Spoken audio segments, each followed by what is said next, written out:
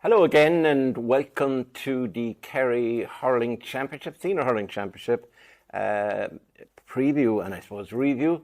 And it's coming now to a very exciting stage of the season because all the preliminary quarterfinals have been played, the group stages are finished, and from now on it's knockout. So this weekend with 4 quarterfinals, 4 more teams will exit the championship to join Tralee, Parnells and Dr. Crokes.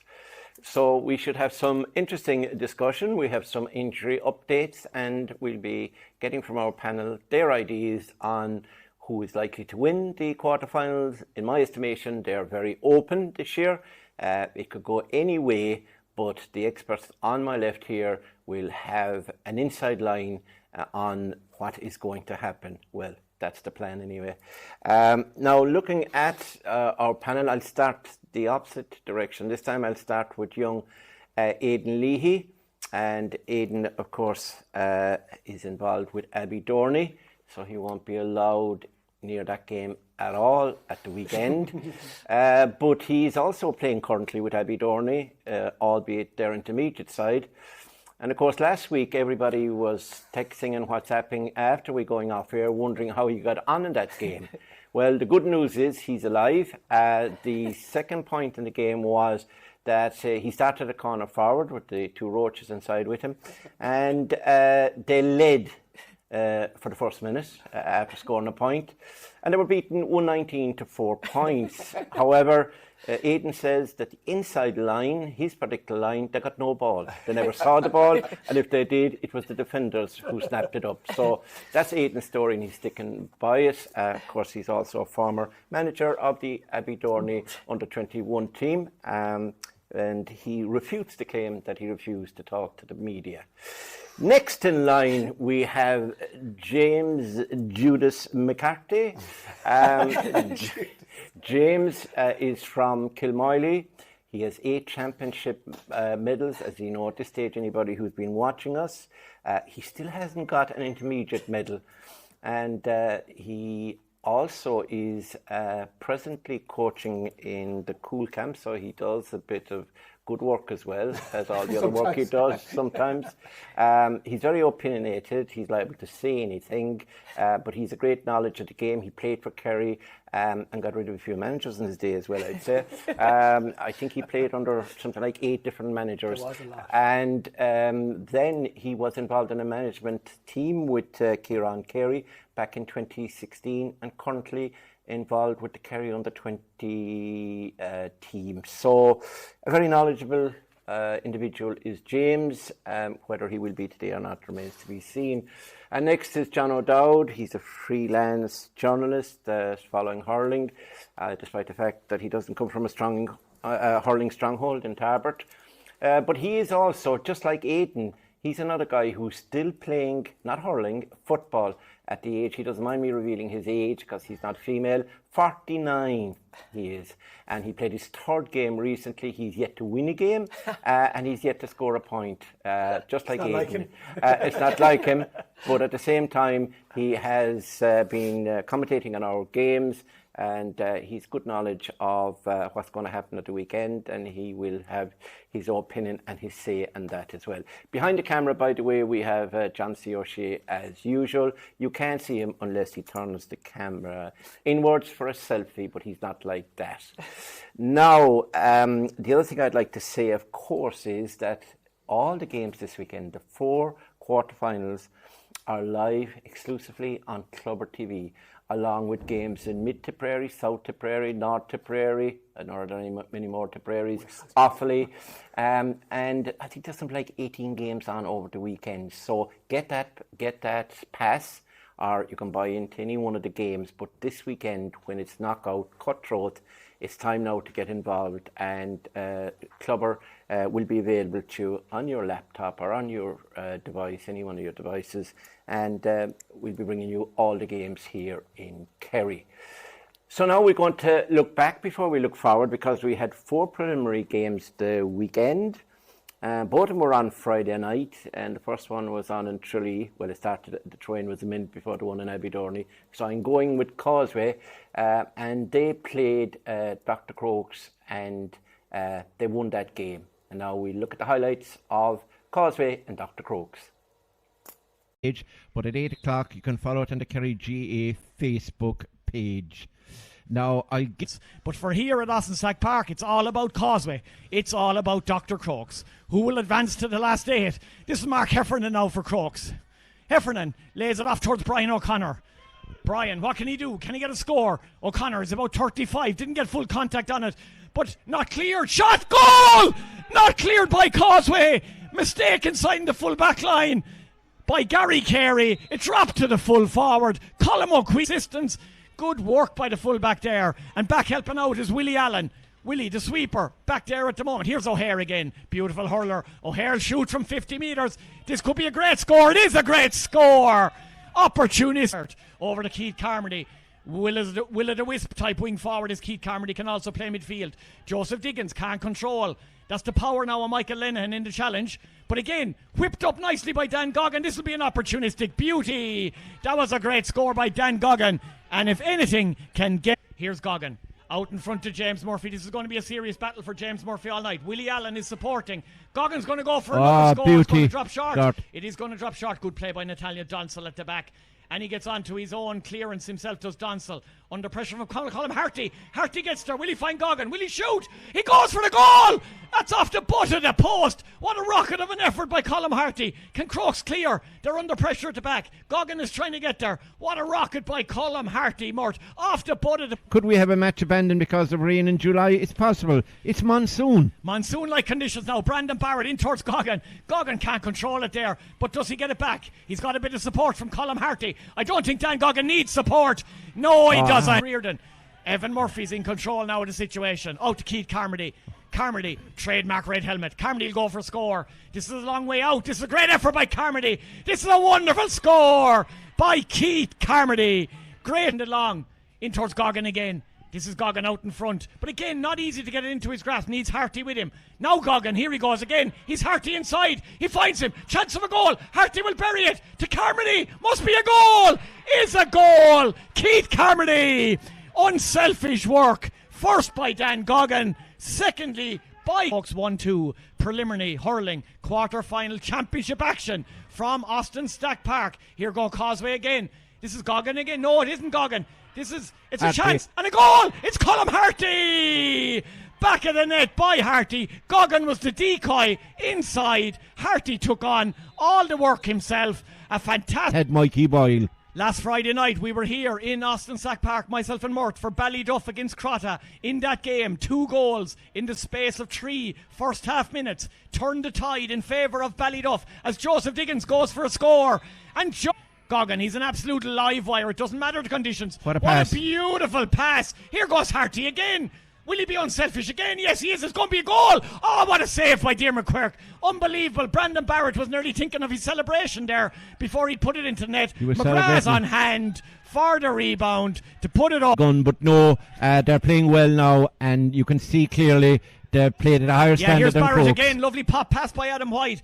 Barrett will go for the score here. I think he'll get this one, Brandon Barrett, from all of 40 metres over the bar. Great work, it has to be said, Mort, by the wing back there. He probably one of the unsung heroes of this Causeway team. That's Adam White. Yeah, Adam is a good player. The ref has blown the half-time whistle. Yeah, Adam is a very good player. Great pass to Lenihan, long towards half forward. Oh, that's well taken out of the sky. That's brilliant play by the wing forward. That's Willie Allen. He was sweeper in the first half. He's got... But they'll certainly wake them up. There's a kind of a ruck or a mini ruck over there. And Crokes come out with it and give it to Mark Heffernan. And Heffernan will probably score here. He's 50 metres out, Mark Heffernan is. He's not going to make a mistake there. Chased by 3 fellas. There was 3 rabbits chasing a hare, and it ended up with the ball going wide. But Crokes have intent. Here's Carmody. Yeah, Carmody, ref plays advantage. It's going to be a free if he doesn't score. Carmody says, I'm going to score anyway. Not a bother from 40 metres out. Keith Carmody. Evan Landers has gone back into the back stair. He seems to be the closest player to Brandon Barrett at this moment in time anyway. Barrett will turn inside on towards his left side. Is he comfortable on the left? He'll get it back onto the right, I think, and he'll go for goal. And he just blazes it up. I think that's his 6th point from a free. He missed 1 or 2 as well, but it just shows how valuable he is. Now Brandon Barrett's still on the field here as this ball goes in and he takes it. Can Barrett score? Ah, he does. I think the right hand might have the bit of an injury, but the left hand went up, took it down, buried it in the back of the net. That made no difference to the goal because he caught it with his good hand. And he's looking for another one. Here's Joe Diggins. Joe Diggins will go for his own score, will he? No, it goes in shot. Goggin is sweeping inside. It's touched in. I think it's touched in by a defender. Did it go all the way in off Kevin Landers? I think Goggin was where even the goals that Causeway have scored didn't bring such rapport, such a roar from the Causeway support over there in the stand. That's gone wide. And the referee blows the final whistle as Causeway record their 14th wide. The final score here is 4-17 for Causeway to Dr. Crokes. So now welcome back. Now we've seen the highlights of Causeway and Dr. Crokes, and I'll ask John, because John was commentating along with myself on that game. 4-17 to 112. It was 2-8 to 1-2 at half time, and again, you know, the goals made the difference. Brandon Barrett was in fine form, so was Dan Goggin. But they got a fright earlier on. They were slow into their stride. Crokes started well, didn't they, John? Yeah, it was a strange night, Mort, in Sack Park. The weather wasn't really summery. There was some unseasonal, torrential downpours Monsoon, I'd call it. At different stages of the game. But Dr. Crokes got off to a brilliant start, to be fair. Colm O'Queeve, the big full forward, with a goal in successive weeks. That put them ahead after only 2 minutes. Conor O'Hare quickly got a point added to that, and after 7 minutes they were 4 points up, and you were thinking, yeah, we're going to have a really, really good competitive fixture. But then, while they didn't score maybe until 10 or 11 minutes, Causeway, they quickly got a grip then in all the most important sectors of the pitch. Like, they took over in defence. Evan Murphy was fantastic, just marshalled the whole thing. Dr. Crokes couldn't win ball up front anymore. Joseph Diggins, I thought, and Sean Sheehan were extremely workmanlike and energetic around the midfield, like against two serious operators in Conor O'Hare and Mark Heffernan. They were the fulcrum really on which the Causeway challenge was built. And then up front, like as we've said before, even without Gavin Dooley, like you had Brandon Barrett, you had Dan Goggin, you had Colm Harty, you had the man of the match, Keith Carmody, Paul McGrath, a few scores. Like, Causeway have as good a forward line as any that's left in the championship, and when they got a plentiful supply of ball, they made hay. And like, the game was over at half time. I suppose in the second half you'd have to give credit to Dr. Crokes.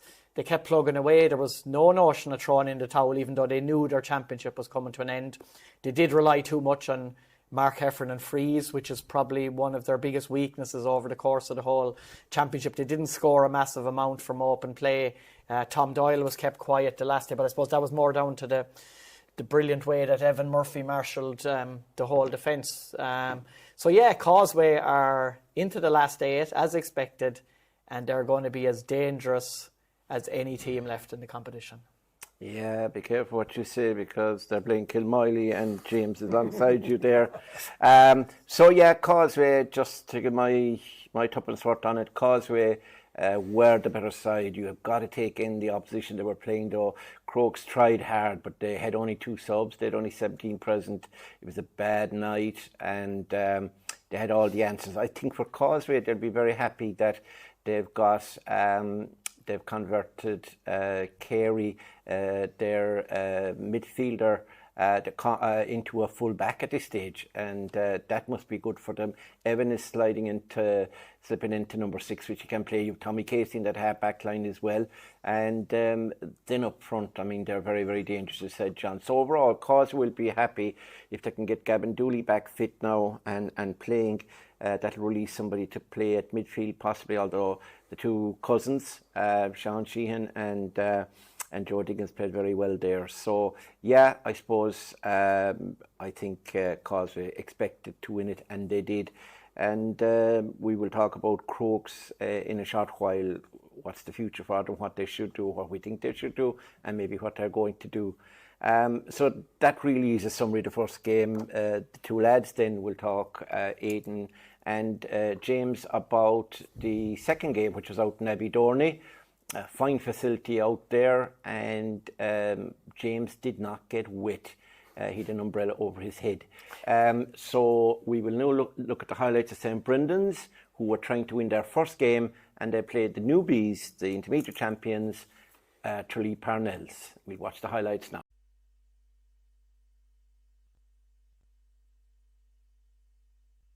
done, but it's well batted down by Gary O'Riordan, and a slip there in the middle. Out comes Shawnee Brosnan towards it. Shawnee has it. Fort have it in the hand now, shovelled out to Gary O'Riordan. O'Riordan Oh, looks James inside. Oh, And it's in the hand here of Aidan Ferris, 1-1 with the goalkeeper. Great It's a great save by Oh. Kilsinnon, but it's bundled into the back of the net by Graham Horn running in. Yeah, Parnells need changes inside straight away. You're not. But it's won by St. Brendan's, and Daithí Griffin clears it up the line here. Danger Tiebreak again. is a +1 there, but he just doesn't seem to be No, not where picking he up. needs to be. No, he's out of position. As Ardfort have it again now on the forward line here. Gives it to Aidan Liam Ferris. O'Connor, who can shoot from the pocket, and Liam O'Connor has his first score from play. Aidan Ferris has got on so much ball. And under a bit of pressure there. As the long one here is going to break good into hands, Shane good Healy's hand hands. here now. Off he goes, Have a looking score. inside. Is going to have a pop off Beautiful the left score, here. beautiful That's an score. excellent score Beautiful score. from Shane Healy. Lovely hurler. Ball to Skills. the hand here now. It goes the way of Well done, well done. Done Chance going here through. if they keep going. Strikes off his right, looking for Good a second score, score of the good match, score. and he has it. Oh, Just to let patrons Morgan side there, so it's 3 yeah, on 3 it's inside 3 on there 3. now. As They don't this see that one, either. What chance here three again? Parnells have it on the break here. Nice touch. Oisin O'Brien Nice has put it points. over the bar. Points. So just the goal in Just it. the goal there. Again. Now Tybrick is sitting in the box now, right? He's probably maybe does he need to sit even deeper? Yes, in front of that think full it back line? does It's now. on the far side with Gary Gary O'Riordan. O'Riordan, he'll point this. Gets through the tackle and has struck Oh. it. Now who has it? Done. Good pace. Busting through here. Has Great Sheehy pace. again. Chance, Sheehy chance. can get it into Oh, the- beautiful pass. That's in, 2 tight by Oh, the ground. up from centre. Oh, no, it's Goes to the right and wide. Was there an advantage as well? No, wide ball. Wide ball. Gary O'Riordan, of course, he came on as a sub for Daithí Griffin. He's on this ball. And the ball is thrown in, and we're back underway. And it's Gary O'Riordan. O'Riordan just spilt it on the ground again, has it in the hands. 4 Parnells men around him. But finds Darrenton and he finds Johnny Egan. And Oh, Egan long is going to dear send Non, it he's gone long. in, he's gone 2 men in, he's gone inside in, here. oh no. Tiernaun's in behind his man. And it's into the back of the net. Tiernaun Ferris. Very good finish. The long ball in Good from finish. Johnny Egan and just peeled off his man like a good Jeez. corner does. Around the back. It was like a ball over the top, really. Self looks in the Good middle now. pass. Gary Reardon. Oh, Nice flick. it's flicked on. I think it was by a Parnells man. It's still not No. out of danger for the men from Tralee. This is going to be dug out and given inside. Trouble again. Is it Lee Morgan side there who has the strike and Score, good has the score as well? Moog again. Lee Morgan isolated inside, No, and your Aidan man's Ferris gone in is as on well. his own. Ferris in Oh, the middle. hat-trick, They're yeah. queuing up here in the middle for Yes, St. he's going for Brendan's. another one. Ferris, One great block. good Great block block. inside. Shawnee Well Lee was done. going in there on the rebound. That was well Tralee, defended. Parnells getting away with it just about. Tybrick, loads of space and time. Goes long. Who's 1-on-1 inside there was Killian O'Riordan. He's still battling away there, so Flaherty putting him under pressure. O'Riordan can't seem to get it into the hand. Does have it this time. Gives it back to Sheehy. And a strike's going to come in the far side from Oisin O'Brien. And Oisin O'Brien is going to send it over the bar. They needed it. They needed it. We're going to get the white James O'Halloran. Puts it on the Hurley, flicks it on into the middle here, finds a man, finds Sheehy. Well done. And is off on a On a run, on a run. Sheehy being chased by 2 is going to go all the way. Lovely effort. And he's going to send lovely it over points. the bar. Lovely points. Impressive now. He's been impressive this young lad. He deserved to score. He He deserved did. to score. in Worked hard fairness. all night. And say he's not just not a minor. He's a young lad, isn't he? He's only a young lad. Definitely on the younger side, yeah. Harry Reardon looking crossfield now. Oh, Nathan Driscoll nearly took it with him. The left side will score. Loops around here now. Beautiful Strikes it off the touch, left. beautiful touch. Floats it straight between the posts. A great well-worked score as well from the line ball and up on the far side. Delaney looking long down the line. Seamus O'Halloran's there. Aidan Ferris is Ball there. It skips slips away. through, stays in play. Aidan Ferris has it. Ferris. Good tracking back there on the far side from O'Connor. Gives it to Seamus O'Halloran. O'Halloran Nice strike. with the strike Good has point. sent it over the bar. Solid strike. A beautiful strike by him.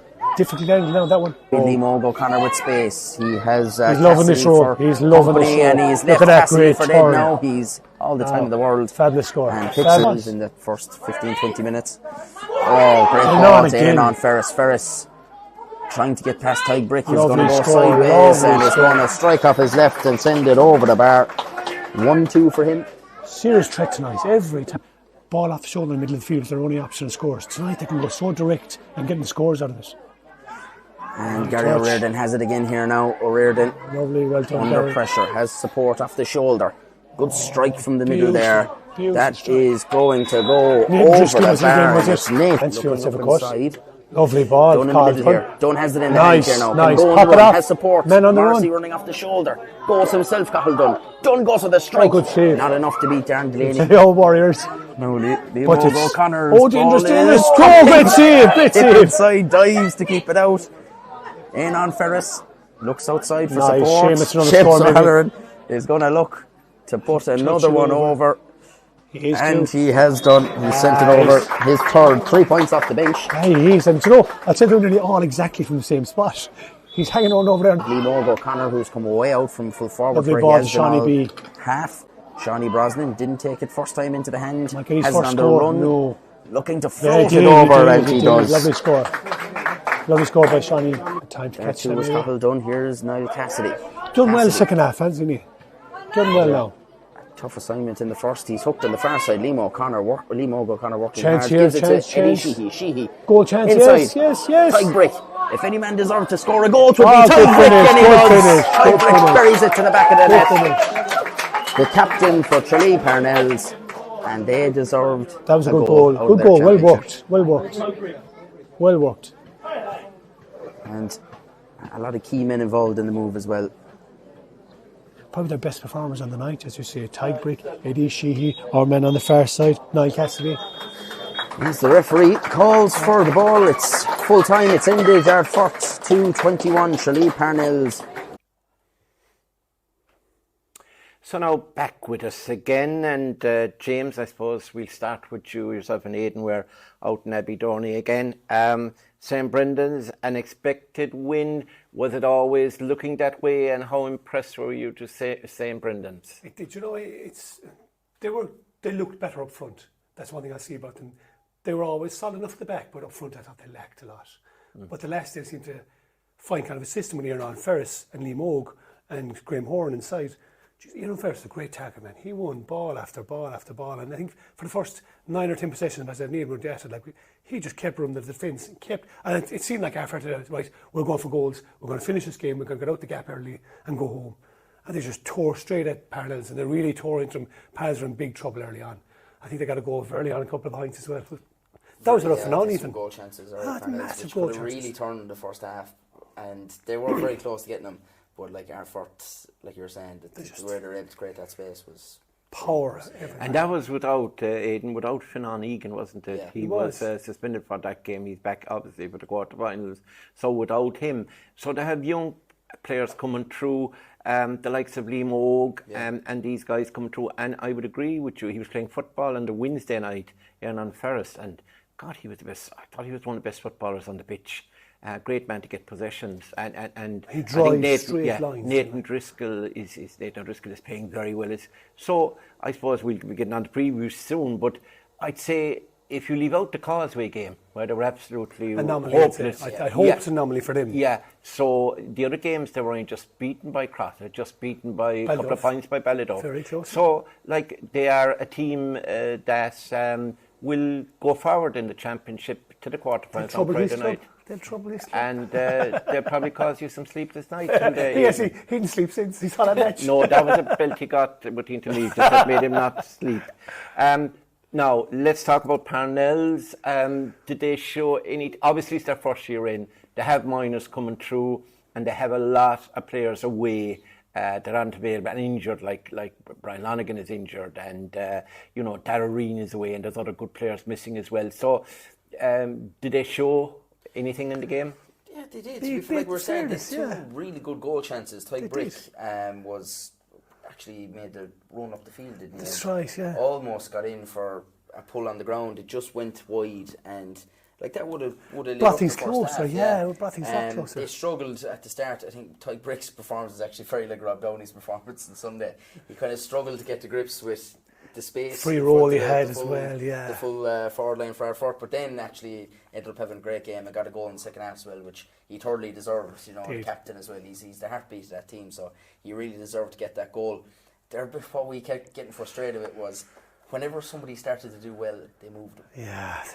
So you had Shane Healy causing a lot of damage at one stage on Middle of the field. They were playing into the complex end, or near side, causing problems underneath the puck out, and then they moved him.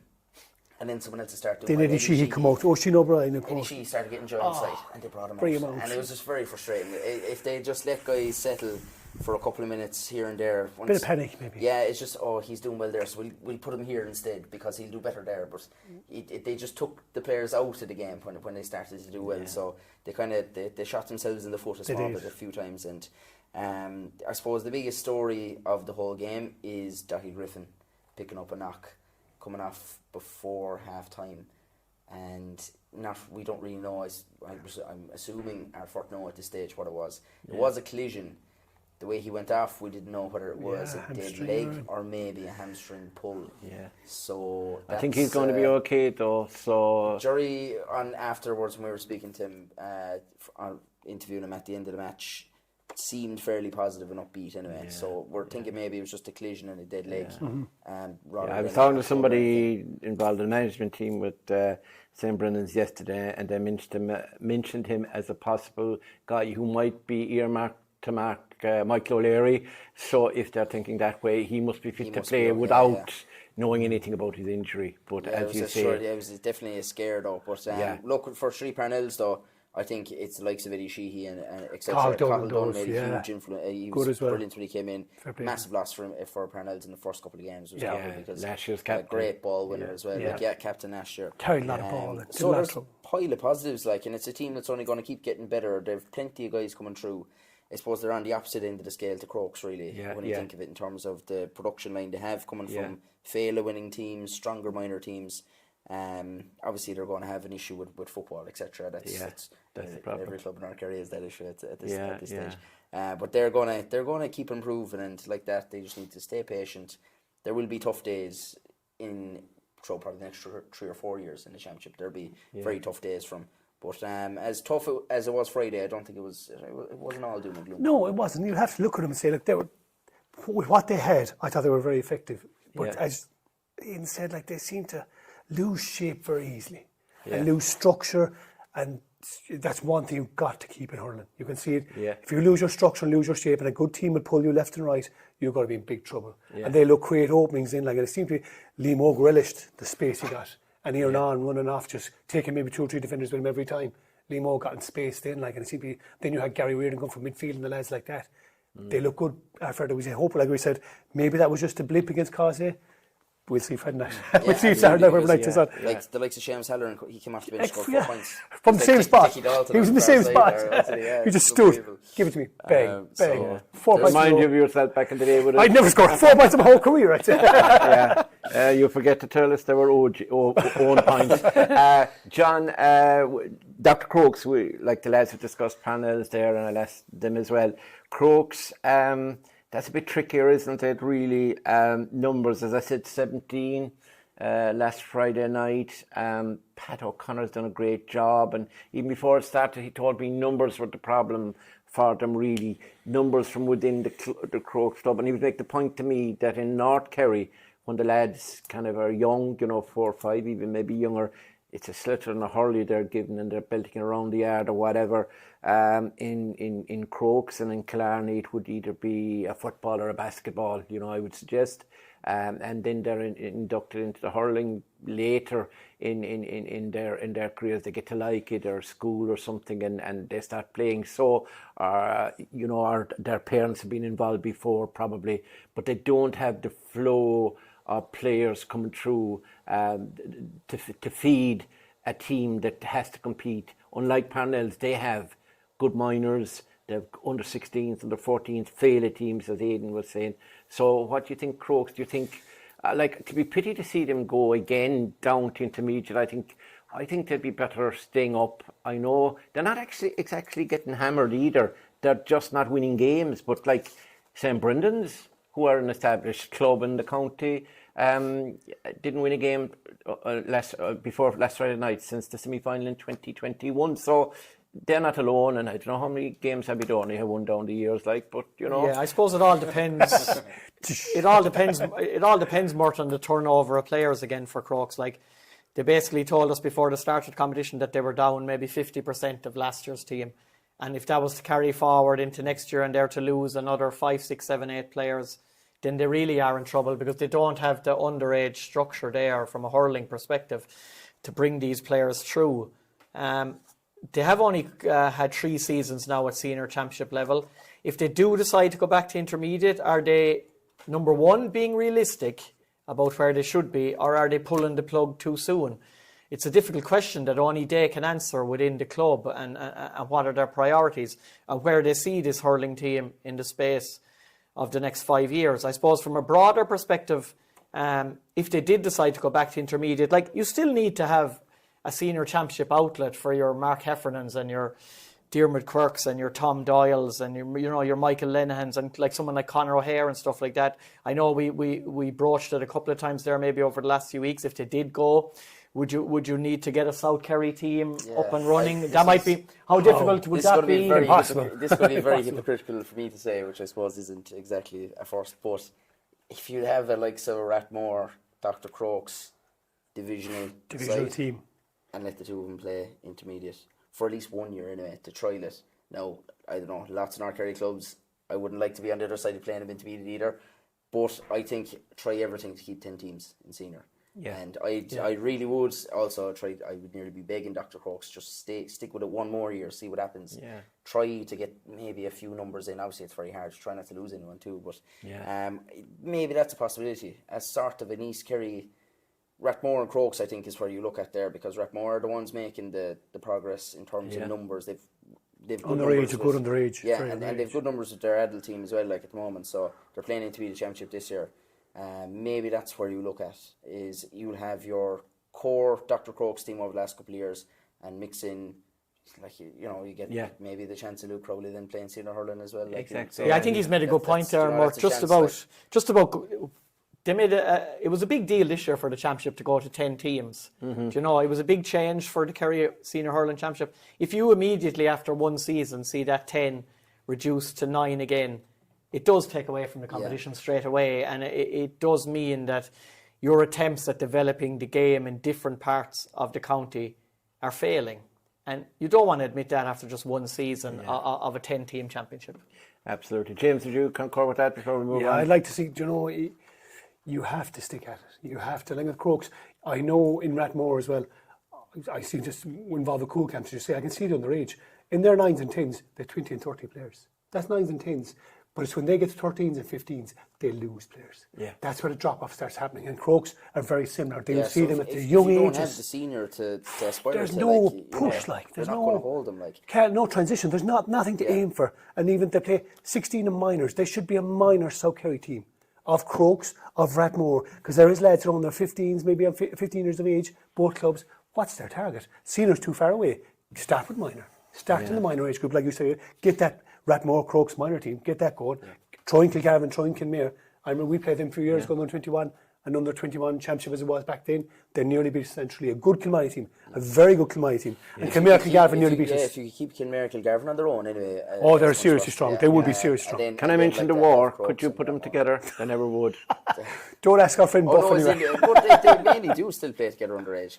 They do. Most of their teams are joined up. Yeah, but at senior level. Senior level, but to be fair, they've been doing a great job at staying in their own. If we put a buffer between them, do you think it would work? To be fair, we'd have no intermediate championship. Throw in the Crokes. Two separate. But sure, the more teams that will disappear out of the intermediate championship, the better chance of you winning a medal. No, I think honestly a division, and I hate divisional teams when it comes to football and all that crack. But I think. But in hurling, you make an exception. Crokes, Rathmore divisional team, and allow the two of them to play intermediate championship, or let's say vice versa with South Kerry and Kilmoyley. Okay, you heard it first, folks. The man from Abbeydorney wants a divisional side to take part in the hurling championship and beat the leather out of the North Kerry teams, who then bring it to the county board level and get them out again, exclude them. Whose idea was that? Like Anna Robinson in their programme, they'll say, yeah, there you go, you're the weakest link. Now, we are going to move on very shortly to, I'm just going to list out the games over the weekend, the quarterfinals of the Senior Hurling Championship. On Friday night at 7 o'clock in the Austin Park, we've Abbeydorney versus St. Brendan's. Then on Saturday at 2 o'clock, again in the Austin Park, we have Ballyduff versus Lixnaw. And on Sunday, the doubleheader, and they should draw a big crowd to Austin Park, I'd imagine, and they'll be in good form if Kerry beat Armagh on Saturday evening. That'll be Ballyheigue first against Crotta Gaa, the county champions, and probably the match of the day on Clubber and everywhere else will be the 3:30 clash of Kilmoyley and Causeway. They will be our games, and they will be all live on Clubber. So get your passes or weekend pass, your annual pass, whatever. Get going straight away, because that will be a game not to miss. Now, our first quarter final, as I said, on Friday night. The features are Pitt's Abbeydorney with their 4 championships. Last time they won was 1974, so this is the 50th anniversary of that. So that might in itself motivate the side to great things. They're playing St. Brendan's, who have 7 titles, and unbelievably, they haven't won a title since 2013. They've been involved in a couple of finals, all right, but they haven't got over the line. Now, just quickly looking at the form, Abbeydorney were in a group with Parnells and Lixnaw, and they beat Parnells very well, 127 to 8 points. And Lixnaw was a game of 2 halves. They won 5-14 to 118. In the first half, Michael O'Leary went absolutely berserk, I suppose is the word. He scored 3-8 in total, and Oisin Mansell got 1-2. But in the second half, Shane Conway made a welcome return after being out since the Meath game in the Alliance League, which was back in February, I'd say. He scored 1-7 in that second half, and they outscored Abbeydorney. So Abbeydorney have had a good run, and they're looking good. They're looking fresh, they're looking fit. Now, St. Brendan's come from the other side. We're wondering what St. Brendan's will show up. Obviously, they won last Friday night, beating Parnells in the preliminary quarter-final, but that was the first game that they won. They were beaten by Ballyduff, 16 points to 115. That was tight all the way in their first outing. Then they were beaten by Crotta Gaa, another pretty tight game. And 19 points to 112. Shane Nolan went off in that game. I think he was sick, actually. They missed the last minute penalty as well. And yeah, that's right. And St. Brendan's and Causeway, that was really the one that they don't want to be reminded of. They didn't perform. 3-17 to 0-15. That was an awful game. So that sets the scene. Abbeydorney against St. Brendan's on Friday night. And we'll start with you, John, as you are the most neutral man here.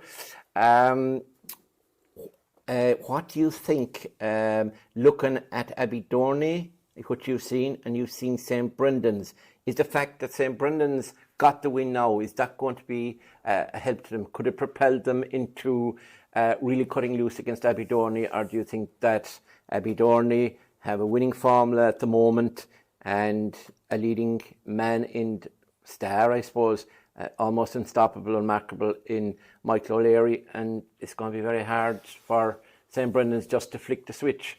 I think when news of the draw came through last Friday night, I would say both of these sides would have been content with the pairing that they received. For St. Brendan's, obviously they will be re-energised to a degree from getting a victory. Now, look, they would have expected to beat Tralee Parnells 7 days a week if they played them, so it's not a huge deal that they got over the line, but they did restore a bit of confidence. As we were saying last week, Finan Egan was missing. Other fellas had to step up in the scoring stakes. Okay, granted the quality of the opposition, but they still put up 221, and it's taken the nasty smell of defeat away from the squad after 3 successive victories. So they're going in a little bit better form, little bit better humour, little bit better self-belief. And they won't be afraid of Abbeydorney, because they will look at Abbeydorney, who, while shooting the lights out in their first 2 games with a combined 6 goals and 41 points, St. Brendan's will look at Abbeydorney as a team that haven't proved that they can deliver on the big occasion. So that's the angle St. Brendan's will be looking at it. I'd imagine their management will be saying to hit them hard, hit them heavy from the start, take them on, don't let Abbeydorney build up a lead, see what they're made of right down into their hearts. If this goes down to the wire over the last 20 minutes, and Brendan's will feel, if we're still in contention, yeah, maybe we can get the win here. For Abbeydorney, obviously, they are in good form. They've done all that's been asked of them. especially they were always going to beat Parnells. They did it in an impressive way with 127. Then against Lixnaw in the first half, they really made people sit up and take notice. And again, like we will discuss him in more detail in a while, but Michael O'Leary is one of the players of the championship. He's one of the best players in Kerry hurling. On his day, at his best form, and given a decent supply of ball, and it doesn't even have to be good quality ball, he's pretty much unmarkable. So obviously, St. Brendan's, their first and number one task is to stop him from being an influence on the game. Now, that's probably impossible, but they do have to reduce his influence to a much lower level than it was against Lixnaw. And James, talking about that, Michael O'Leary, is soaring into the air. Once he gets into his pawn turns, he's lethal. Having said that, I think St. Brendan's can be described as having one of the meanest defences. Darren the Dazzler Deneen is a man that, you might go for a pint with him, but you be careful about what you say if he had the second or third one. You would have Dahi Griffin, if he's fit, who's been one of Kerry's best players this year. Eric Lean is the best man marker in the county, I reckon. John Egan sweeping. And John Egan sweeping. And young Gary Reardon has got pace. And Darren Delaney is no bad keeper. So let's pit Michael O'Leary and let's broaden it a small bit. Throw Oisin Mansell if he's going to play wing forward. Throw David Egan in if he's going to be number 15. No, maybe. Yes. So Brendan O'Leary might Brendan be able to O'Leary, start. you might get Sheehan. Mikey Clifford going up on the 40 like he did in the last game. So look at the whole picture as well as Michael O'Leary. Do you think that St. Brendan's team are going to be easy to get by? I don't think they are. That won't be where. So if St. Brendan's are going to win the match, it's not going to be there. St. Brendan's going to win the match the other side of the field. Can they actually bring the forward power? That's their problem. Yeah. I think that's their problem. Like I know we can say they got 15, 16 points. They give teams desperate starts. They're always to be fighting an uphill battle constantly. And if you give Abbeydorney a start, they will keep plugging, they'll keep ahead of you. But St. Brendan's have to start strong. I think in that area, as you said, you look at the St. Brendan's, that's probably their power base is their defence. They really are good back, they really are solid. Can they cope with a towering Michael O'Leary? Don't know, that depends on delivery outside. But Gary Reardon works so hard in midfield. I don't see any ball coming out of that area so fast. Yeah. He was superb the last night again. And St. Brendan seemed to crowd that area. So I think if they do struggle to get the ball to Michael O'Leary, could Abbeydorney panic a little bit, say, come on, we've got to get you back out from the square, get out to centre forward, start winning the ball out on there. Then that reduces the whole effect. Yeah. That could happen. We've seen it happen before. Like, if Michael O'Leary starts, every time. Yeah. But Brendan can come on if he doesn't start. Brendan, his brother, who was absent in their last game, he was away. Yeah, he's a huge. And I met him player on Saturday night, and he looks as fit, lean and mean, and he another great ball winner as well. Yeah. He can be. As I said, that game's going to be. It's the middle sector. Who gets control there quickly and very quickly and gets into the game there, and then that causes a ripple effect all around. And you can see what the ripple effect is moving Michael out. And Abbeydorney haven't even settled really on a 15. Like a lot of the time we go into town, we probably do have a set 15, but they've actually been, I suppose, especially with the two games that they've tinkered around with the team a small bit. So hoping that Francie Halloran has that 15 in his head, that he, more or less, he probably does already know who's going to start on Friday. He has his 15 picked. As far as I know, there's no injury worries from the guys that have been featuring from the start so far. So it'll be very interesting. Like you're on about Mikey Clifford moving up, I think they need him back there because, first of all, I think he's a brilliant defender. So I'm a big believer in just playing guys in their best position first and foremost. So I hope to see him back in the half-back line. I think they need him back there anyway because there is a lot of threats there. Like Seamus O'Halloran is a big threat as well. If you leave him, if you don't pay attention to him, he will hurt you. So I don't think he's I'm very nervous now after all this talk. I don't think he's break it down. You're talking yourself out of a win. Break it down, it's still a strong R4 team. It is. As poor and disappointing as they've been this year, they still have the bones of a very strong team. They have. And, they can't be taken for granted. Absolutely. So, I've no involvement in the senior team this year, saying this purely as an Abbeydorney fan. Of course, I'm happy with the draw because it was either them or Kilmoyley or Crotta. So, you're going to take the team that have only the one win against Parnells this year. So, of course, you're going to be happier with that draw but it's still going to be very tough. And like everyone else, like, look, our record against everyone in town is bad. It is bad against Arfort too. Like, What about- we are slim pickings against Arfort in town. What about those fade-outs that sees you heading for the exits about 10 minutes before the end of a game, scratching your head and wondering what has happened to the lads again? Yeah, like in the second half, now they had the game, won at half-time, really. I couldn't have seen Lixnaw getting back the whole way, but they still... I think, funnily enough, positively, it was more systematic than mental against Lixnaw the last day. It was the fact that they, for some reason, didn't get to grips with Conway coming in, and all of a sudden there was space in front of him, and they just didn't deal with that space. All they need to do was just drop someone in, surely, that's our set out. So I don't think it was a mental thing the last day at all. I think they actually just maybe system failure. I think they just struggled to get their shape sorted when Shane Conway came in, and they didn't really deal with the situation too well. I think that was more systematic rather than mental. I don't think that was like. And I think Mort. The phrase everyone uses is a bottle job. I think one bonus Abbeydorney might have actually taken from that second half against Lixnaw, even though they lost it comprehensively, was that when they did have to bring Michael O'Leary out around centre half forward, out around midfield, because he was getting no supply in the second half, they did have Oisin Mansell who went inside, and he was probably their best player in the second half. When the ball did come in, he made it stick, and he finished the game with a brilliant individual goal. He has the power and the fielding ability to win the ball. He looks fitter now than he has done since his Kerry minor days. Yeah, exactly. Since he was like remember, this lad was touted up as the next Seamus Moynihan. He was that good as a wing back for the Kerry Miners in that 2020-2021 team. He looks as fit now. You saw him when he came on for the Brendans in the football final. He made an immediate difference around the middle of the field. He was wearing a helmet, or did he do his hair? He bleached his hair. Now, we have to give credit to the hair. It is a sight to behold. You have to. It's I'm convinced he used the same barber as myself. I don't insult him. But and if you add in the return of Brendan O'Leary to that, and then you can say that if Michael has to come out the field at stages in the game, and you throw Brendan and Oisin in maybe themselves inside the full forward line, maybe that'll be just as dangerous for the opposition. Yeah, and you've Aidan Leahy to bring on. Like I've been saying since the start, like since the first week we've done the show, it's all about the guys like David Egan, Jack Sheehan picking up 2-3 points, and Brendan coming off the bench making impact. If he gets 2 or 3 points, if he gets a goal, great, it's well within him. The likes of Oisin getting scores. Look, we're obviously putting more and more pressure. The further you go, you're putting more and more pressure on Oisin to take up, the scoring mantle.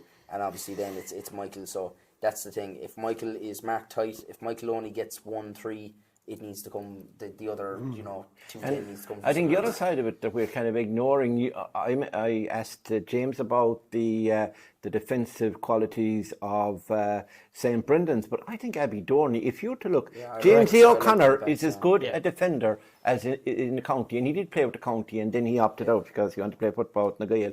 Then if you're Ronan O'Donovan, Francie's son, if you're Ronan Donovan at centre back, you've Jed Mansell, who's a fine player, and like the guy that you were always telling me was one of the best full-backs in Kerry, Stephen Egan. You carried his hurleys in one final, I think, or one semi-final or whatever. So Stephen Egan is excellent. And Conor Bohan, he played with the Colts, a good keeper. Nice addition, nice addition. I know. I don't know how he managed that one. Same jersey, that's all. That's all. Is it? He got confused. Got confused, yeah. Ended up in the wrong dressing room. But yeah, the defence. Make a case for the defence. James is the heartbeat. Like I don't know how James is in the Kerry panel. And even when he was in the Kerry team, he didn't get played. No, he wasn't played enough at all. Yeah, he wasn't played enough. In that 5-6 year period. Like, to be left on the sideline for a lot of those games. He's an excellent defender. And if Jamesy gets going and catches the first couple of balls that comes in there, Ronan, etc., Ronan's he's raring to go because he's missed a lot of time out with a kind of annoying enough injury. It was a hand injury. So he's raring to go as well. So there's an exciting defence back there as well. I'd be making the point that the opposing December in this forward line, the Finan Egans of this world, etc. Alan Fairness is good and strong. They're all young lads, and you're putting young lads up against Kieran Deneen, who's not as old as you, but he's old. James E. Ronan, Jed Mansell, Mikey, Stephen. Like, you wonder about the pace. Guys. Yes, you wonder about the pace. That's a question. You do, but do these guys have the confidence now after only one win? Like, but they should have. Like, as you said, James Halloran, I'd have him in. I'd have Ian Farris in. I'd have Lee Morgan, Fanon, and I'd say, pin your whole game on running at Abbeydorney. Like Cork did, do it. And if that fails, do it again. And if that fails, do it again, because there is no plan B. You have not got height. You've not got ball winners. So don't be dropping on top of James O'Connor and these balls, because they're going to clean you out in the air. So you've got to go a different route. They are going to clean them out. They don't have ball winners. We saw it against Causeway. Their puck out fell apart. Short and long wasn't there. So they have to come up with an idea and get running at Abbeydorney, or else they have no hope. The extra man will be huge, because Abbeydorney have really struggled with kind of getting around the sweeper inside in Tralee over the last couple of years. So if Abbeydorney can get around that sweeper, obviously he's going to be standing in front of Michael. Let's face it. Like, it's Johnny Egan again sweeping up. If it's Johnny, if it could be Daithí Griffin as well. Like, who knows, I think Daithí will do the sweeping role if he's fit. He did it so well for Kerry, and Mike is so dangerous. I don't think John will take up that role this time. Yeah, might be midfield like he was against. Could be, or maybe they just leave him as a loose bench. Get him as loose as he wants. Right, John. One final word on this before we get the verdict.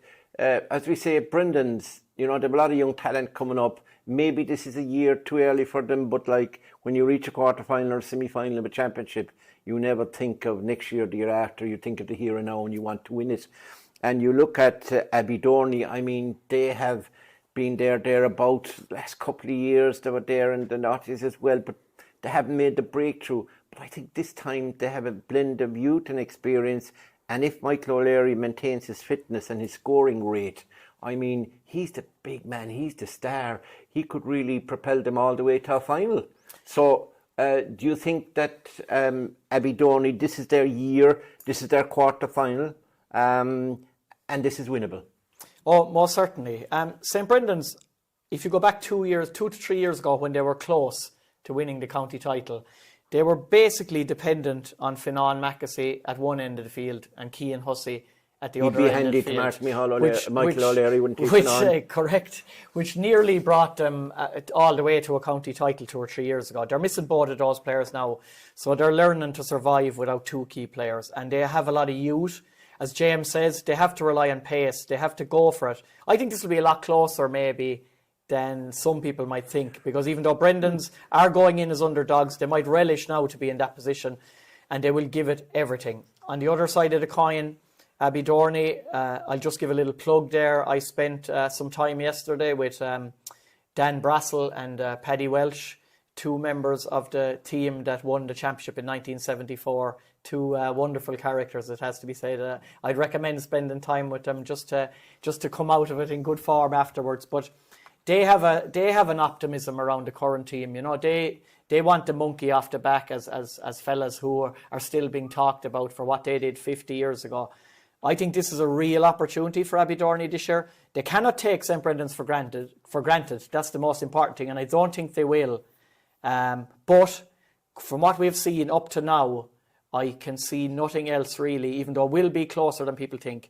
Abbeydorney have to win this game, and they will. So you reckon John O'Dowd goes for Abbeydorney, so that probably means St Brendan's will win. James, who are you going for? Be insightful now. Yeah, I don't think I can't be insightful with this one, because I've seen a lot of St Brendan's and very little of Abbeydorney. Yeah. So, but draw. No, and that's a draw, man. There, I'm not a draw, man. Remember now, if it does go if they're level at the normal time, it goes to extra time, and then it goes to the famous or infamous penalty shootout. Definitely be outside the game. No, I have to say Abbeydorney as well, because I just didn't like St Brendan's performance against Causeway. Yeah, didn't like that, and the way they couldn't. There was, to be fair. Christ, I was looking for leaders, I was looking for ball winners, I was looking for anything, and there was nothing. Yeah. There was absolutely zero. Like Parnells, I'll write off that. Yeah. But I still didn't look back and say, okay, Ballyduff performance, Crotta performance, good. But it's against Abbeydorney. I think that's going to be more of I won't call it a long ball game, be unfair to say that, but there's going to be a lot of ball in the air. Yeah. And I don't think they're ball winners. Yeah, So I call yeah. Abbeydorney in that one. Yeah, rumour has it that Aidan had to grab you and restrain you from jumping the wire. You wanted to go in and give them some advice, St. Brendan's, on how to play. But anyway, we'll leave that go. Kilmoyley man helping St. Brendan's. No wonders will cease. Now, I suppose it's unfair to ask you. You obviously want Abbeydorney to win, but there's a lot of pressure, and now we're doing this day early as well, and I'm even more nervous now than we're after convincing you. Well, when you play tomorrow night in that intermediate game, I'm sure the nerves will go. There's a lot of pressure on Abbeydorney, and I said at the start of the year, if they just get to semi-final, I'd be happy with that. I'd take that because we've lost so many quarterfinals now. Be a step further up the ladder. Exactly. Yeah. Just get the quarterfinal win. Yeah, I'm even more nervous now. I thought it was going to be in the story. Say no more. That's all I can say. Yeah, look, I do think if Abbeydorney, if the two teams play to their best on the day, Abbeydorney win it. Yeah. So it's just a case of can Abbeydorney play to their best. So if Abbeydorney win, you'll talk to us after, won't you? If Abbeydorney lose, you're at home. Yeah. So you're not available. Phone is off. You'll be gone out. Yeah. Okay. Right. So that's. The verdict is an Abbeydorney victory. I would probably go side with Abbeydorney as well. I know Frank's in the post office, so I have to be nice to him. But no, I think Abbeydorney might just. But I'm cautious in terms of the fact that St. Brendan's really haven't cut loose yet. Is there one good performance in them? Maybe Friday night would be the one. But to both teams, we wish them the best of luck, and we hope we're going to have a very good game. That's the first one on Friday night between Abbeydorney and St. Brendan's. Now on to our Saturday afternoon game. Strange, we have a game the same day as Kerry are in Croke Park, but then football and hurling live separate lives in Kerry. They're not divorced, but they live in apart. And the game is between Ballyduff and Lixnaw. It's 2:00, so you can come to the game, then go home and watch the big match on the box. Or if you're on the way up in the car, you can stick us on the... Yeah, you can watch it. Or if you're in Dublin, you can just take out the laptop or your phone or whatever and click in, and you'll see Ballyduff and Lixnaw. Ballyduff, the 2017 champions, that just won behind Kilmoyley, 25. This could be the year to soften James's cough. And Lixnaw have 9 titles. There have been a lot of finals which they've lost, by the way. I think they're one of the teams who've lost most finals. But, 16, I think. Yeah, 16, something like that. That's yeah, massive which number. is incredible. And they lost the runners-up last year, obviously. Crotta beat them, their neighbours. 2018 is the last time they won a final. And Lixnaw, they beat Parnells 16-14. That was just 2 points, so they just got over the line there against the intermediate champions. First outing, and they were missing, obviously, a few. And they lost to Abbeydorney. We've already discussed that. But they do have, to the best of our knowledge, Shane Conway will be back. He came on the second half of the Abbeydorney clash. And of course, Conor O'Keefe, who's a huge man. And I reckon if he was on against Abbeydorney, he would have been taking Michael O'Leary rather than Ger Stackpool, which just didn't work out. And indeed, when Dara Shannon went in on Michael O'Leary, I think he did a better job, we'd all agreed, than poor old Ger Stackpool on the day. Mike was just in a different stratosphere on that particular day. Ballyduff started the year, as always, with unbailed booked, the poor mouth. They were going to go nowhere. Their team was too young, and too many old fellas who were too old, and you hear it every time. They beat Brendan's 115 to 16 points. Then they beat Causeway in a classic 217 to 117. And Jack Goulding was the star there. 1-7 he scored. He brought him over the line. No Podge Boyle, of course. No Mikey Boyle.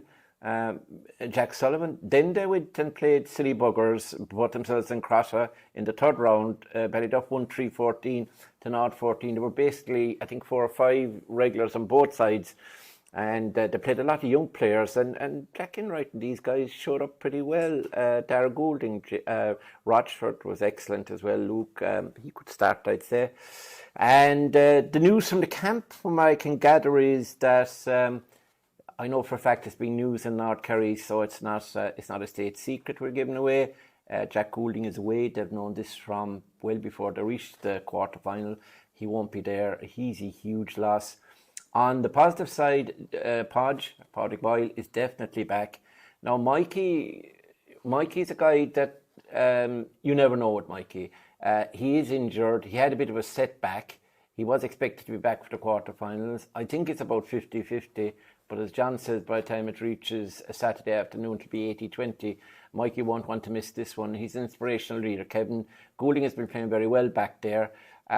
So that's kind of the update on injuries on the both sides. Ballyduff missing Jack Goulding and Podge definitely back. 50-50 we'll say. Mikey, Lixnaw, Shane Conway I'm sure is going to be back, and Conor O'Keefe. This was the aim when we spoke to him before. John, I think you spoke to him, and he was ought to be back for the quarters. So that's the scene set. So we'll pop through this, and this time I'll start with John. You've seen a lot of Ballyduff and Lixnaw. So what are your initial thoughts on it?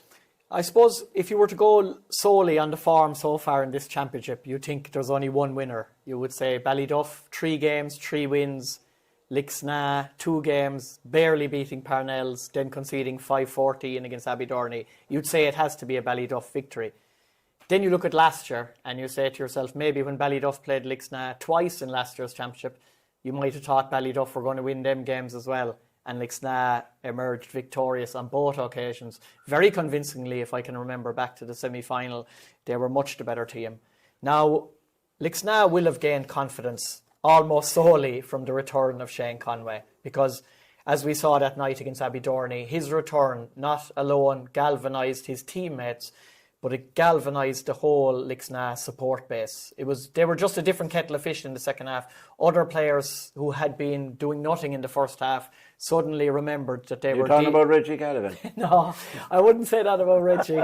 No, you better not, because if you meet him in a dark night down an alleyway, you're in trouble. But they suddenly realised that they were good hurlers as well, and that they shouldn't be getting hammered out the gate by Abbeydorney. And it was a totally different Lixnaw. They would have finished that game in a more buoyant mood, which is strange to say after conceding 5-14. Conway will be back. Conor O'Keefe will be back. We're not sure what the story is with Jeremy McKenna.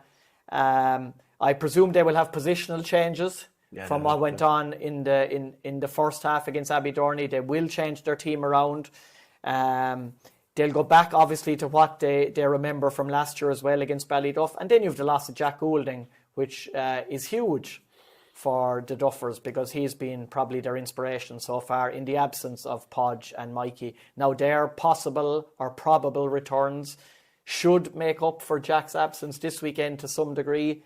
And I suppose at this early stage, looking at it and looking at what some of their young players produced, against Crotta even the last day. Luke Rochford will certainly start, Mort. I don't think there's any question about that now. With the likes of Adam Seagal as well, with the likes of... This could be the day that maybe Joe Gorman back in goals as well. He's playing very well. He was outstanding the last day. That's a big call. That is a big call that Barry O'Grady has to make. Young Quinlan is a fine young keeper, but PJ O'Gorman looked exceptional and brought a kind of a calmness to the defence against Crotta the last day. I think Saturday is a big day for Evan Boyle.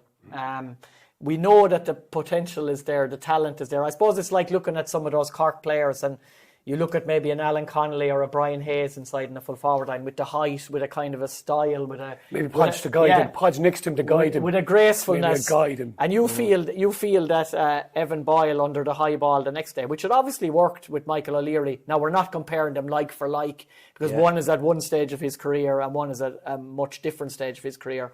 But this could be the day that Evan Boyle, as James says, with a bit of help from Podge and Mikey if he's there, finally shows... maybe not finally, because he's only a young fella in his first season of senior intercounty hurling. It's just our senior club hurling. We do know that it's there. I would still give that nod to Ballyduff, and there has to be a serious revenge factor, having lost twice to Lixnaw last year. That has to be tormenting them since last year, and they are in a better place. Yeah, absolutely. James, tradition. I mean, Ballyduff, like yourselves, 25 championships, stats don't lie. They're always tough to beat, and everybody says it. If you meet the Duffers, like, you learn your victory, and that's been the way they've been down the years. And wherever in recent years, with the last 20 or 30 years actually, there's always been a Boyle, from Liam in goals to then Kenneth and Colm and Aidan and Liam, of course, the Jap as we call him, Evan's dad, and now down to Mikey and Killian, Mikey's son, and Evan. I mean, there's boils everywhere. I mean, a boil is a sore thing. But a boil hurler, but in Ballyduff, no, they're absolutely top-class individuals. So do you think that counts? Now, they will be hurting, as John said, from being beaten by Lixnaw before, but they'll see this as an ideal chance. I mean, Lixnaw have a number of players that haven't been playing recently with them. Mikey Keller, who's a fine forward, young forward, he's away. John Buckley's in Australia. They're missing a lot of players now. They're missing Owen Ross, obviously, and we don't know, as we said, and Jack Goulding's going to be missing the next day. But do you think that counts for Ballyduff? Tradition? It has to. It has to, really. But Lixnaw have a tradition of beating them recently. Yeah. That's another. It's really poor against Lixnaw. Lixnaw seem to have the upper hand in Ballyduff a lot, which except bar maybe when Ballyduff got 3 in a row that time, they beat Lixnaw a few times in the finals at that stage. Yeah. They really had the upper hand on them. But of late, Lixnaw seems to be thereabouts. But as you say, I don't think Lixnaw are not as strong as they were last year. Nowhere near it. Jack Goulding is the X factor. It's gone now. That's a worry for me. That's why. And then playing Evan at full forward, I think it's too much hurling's been there. I wouldn't see him as a ball winner full forward at all. Would you mount around the middle? Oh, ball player. Excellent hurling. He's brilliant hurling. I wouldn't have him in under the high ball at all. Not a hope. Leave that to Mikey and Podge and the lads. They're more experienced. They can could put Mikey in the square. He still has a good ball. If they played Mikey in the square, there's goals there. There's goals there. Even with Conor O'Keefe maybe, or whoever, if Conor's in there, whatever, or maybe Ger Stackpool or Darragh Shanahan, you have to put one of your best players back there in. No, that releases Podge. Who's knocking Podge then? Right, that's releasing another fella. Who's knocking Evan? Dylan Moriarty who's knocking Evan. You're stretching the Lixnaw defence a lot there with every player they have to mark. You're stretching a lot. Dylan Moriarty's going to go back to field. I see it a lot. And Kevin Goulding's back there already. That's the one worry I have is, do Ballyduff pull too many back, lose all shape? Because Lixnaw are notorious for it, pulling you in all directions. But Kevin Goulding is playing back there. He's going to be back there. He's going to be a sweeper. He's going to be maybe getting 2 or 3 points from the sweeper position. Excellent. I do see Ballyduff winning. I do. Yeah. Not a huge margin though. It's going to be tighter than we think, but Lixnaw are not as strong as they were last year. That's why I would give the nod to Ballyduff. Because even, as you said, beaten twice last year by Lixnaw, when I thought in the semi-final I thought Ballyduff were in better shape than Lixnaw, but Lixnaw still pulled it out. They played to their strengths. Lixnaw do that unbelievably. If their main strength is Shane Conway, they'll play that all night long and they will give you some game in that way. They'll play to their ultimate. With what little they have, they'll play to that. I'll tell you one thing, James. I know you probably never thought of it, but the viewers will realise it. You make a good coach.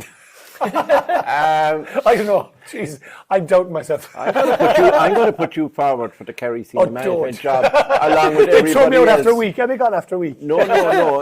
There'd be a bit of madness and insanity there that could get us over the line. Sorry, Aidan. I was thinking, Mikey Boyle, you know, he really is, he was the same with Kerry. He's kind of the inspirational, the spiritual leader.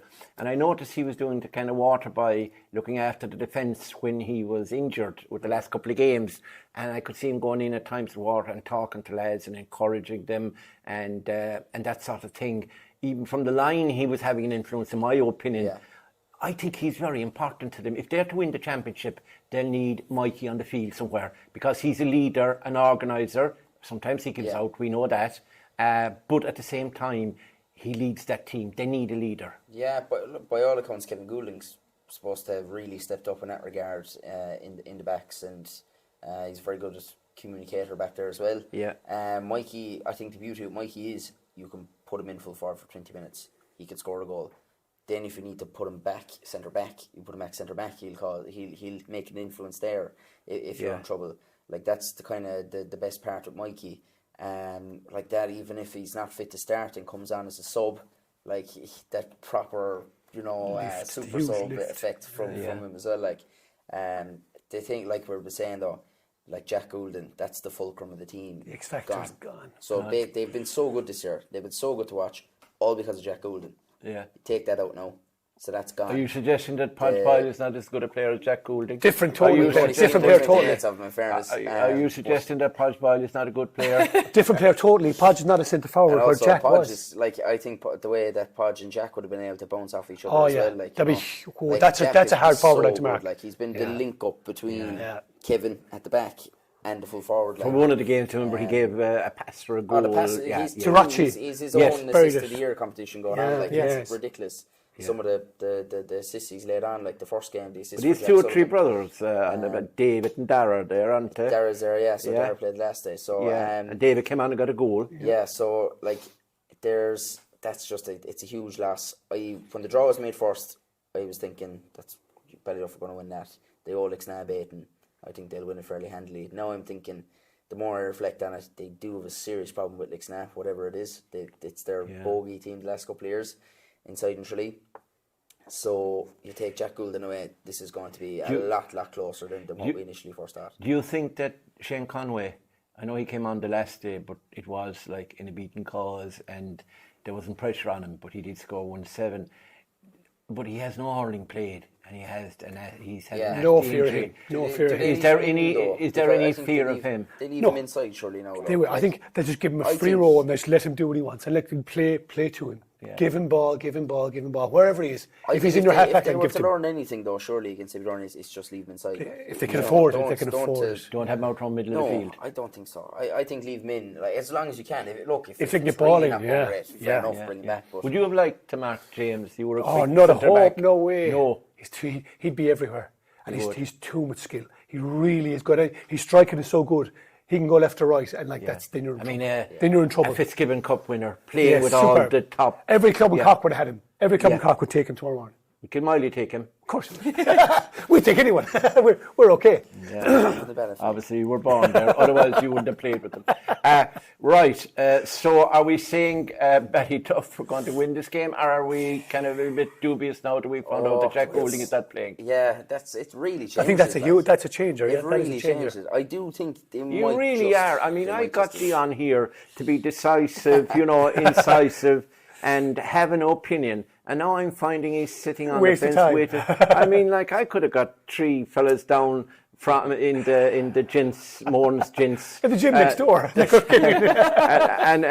and put them sitting there, and I'd have got the same satisfaction. So I'm looking for a verdict now. I know you think that it's got closer. Ballyduff and Lixnaw call it. And I think I think Ty Brosnan will actually enjoy that traditional matchup probably inside in full hurling as well as you're going to get with Ballyduff. Mm-hmm. Although they are well able to play more inside the hurling with the likes of Kevin and stuff. It's going to be very close. I do think Ballyduff will just win it, but I won't be surprised one bit if they don't. James? I call Ballyduff as well.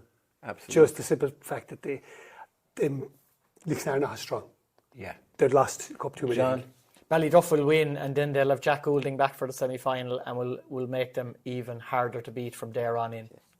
So obviously your chat with the old guys from Abbeydorney, did you know good? You didn't change your opinion. You were obviously a duffer, probably because young Carrig is involved with them, isn't it? Stefan, yeah. Stefan could be doubtful as well for the weekend, but we'll say no more. So yeah, I think Ballyduff as well, by the way. I'll put the kiss of death on them. We've all kind of gone for Ballyduff here, but Ballyduff just to edge it, but wouldn't surprise me. And Barry Hennessy's delighted that we've all gone for Ballyduff. Absolutely. And Barry, by the way, exactly what I love. The only thing I will say to Barry Hennessy, yes, the only thing I will say to Barry Hennessy is there's lots of names in, and I know he's in for the Kerry senior hurling job. By the way, James McCarthy isn't. But Barry Hennessy is in for the Kerry job. I think Matt Foley might be in, John Tweet Griffin, Stephen Goggin might be in there. Our friend Ian Brick. Our friend Ian Brick said he'd be interested as well. And there's a process being set up now. So we won't have a Kerry hurling manager possibly for the final. What about Aidan Leahy after that Abbeydorney under-21 experience? No, he'd have very poor relations with the media. So I think that we will have a Kerry hurling manager for the county board meeting on the 28th of August. So we mightn't have one before the final, but there will be interviews. It all depends on what happens with Kerry at the weekend. If they win and go on for the All-Ireland, obviously the next 2 weeks will be taken up by football duties, but other than that, there will be interviews taking place. So there's 6 or 7 lads, I think, up for it, and the best of luck to all of them. But I wouldn't mind seeing Barry Hennessy now that I've said that his team is not going to win on You're saying it's a loose end, so after the weekend on Saturday. I reckon that he might have time to go for that interview. And only on that basis. No, he deserves it. And I would mind to see him, the manager. He is very, very good. And can I dig myself out of this hole? No, too late. Too late. So, yeah, well, best of luck to Barry and the two Barrys, Barry Hennessy and Barry O'Grady, with Ballyduff and Lixnaw. That's our Saturday game. And we seem to think that Ballyduff, on tradition, although we are fearful without Jack Goulding, that they will prevail on Saturday.